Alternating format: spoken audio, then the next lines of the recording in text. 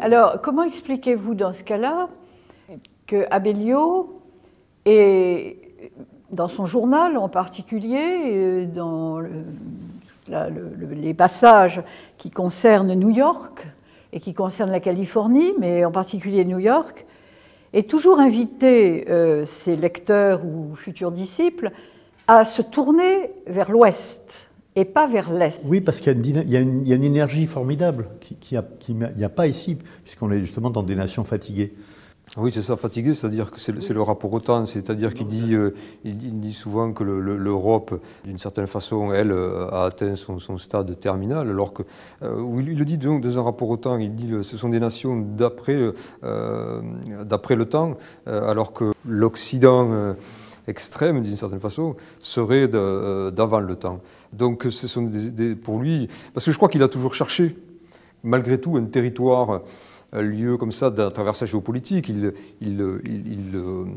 réempirise quand même, il incarne, disons, à travers des lieux, dans la Californie, une énergie d'innovation, etc., et dans New York, une espèce d'énergie de fusion mondiale. Il parle d'un Athanor, il parle de New York comme d'un nouvel Athanor. Hein. Tout à fait vrai. Quand même des images très fortes. Non, mais ça, on le sent, enfin, c'est vrai, ça, je crois. Donc, au fond, il renverse le schéma traditionnel. C'est en quelque sorte une partie de l'Europe. C'est pas vraiment l'Amérique. Sauf que ça ne peut pas être isolé. C'est-à-dire que chez lui, on ne peut pas concevoir l'Amérique sans, par exemple, la Russie. C'est-à-dire qu'il dit que vers l'Amérique, on a exporté les matières, vers l'Asie ou vers, disons, la Russie, on a exporté les idées. Donc, et à un moment donné, il y a le reflux de l'une et de l'autre vers l'Europe, puisqu'une fois qu'elles ont atteint les limites pacifiques d'un côté et l'Oural ou la Sibérie de l'autre, elles vont refluer.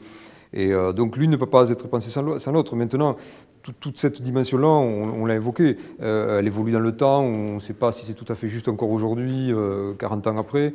Le fait est que, comme l'a évoqué Daniel tout à l'heure, c'est que l'Europe est au centre de ce reflux des matières et des idées. Donc c'est au cœur de l'Europe quand même, d'une certaine façon, que le raz-de-marée peut-être aussi aura lieu.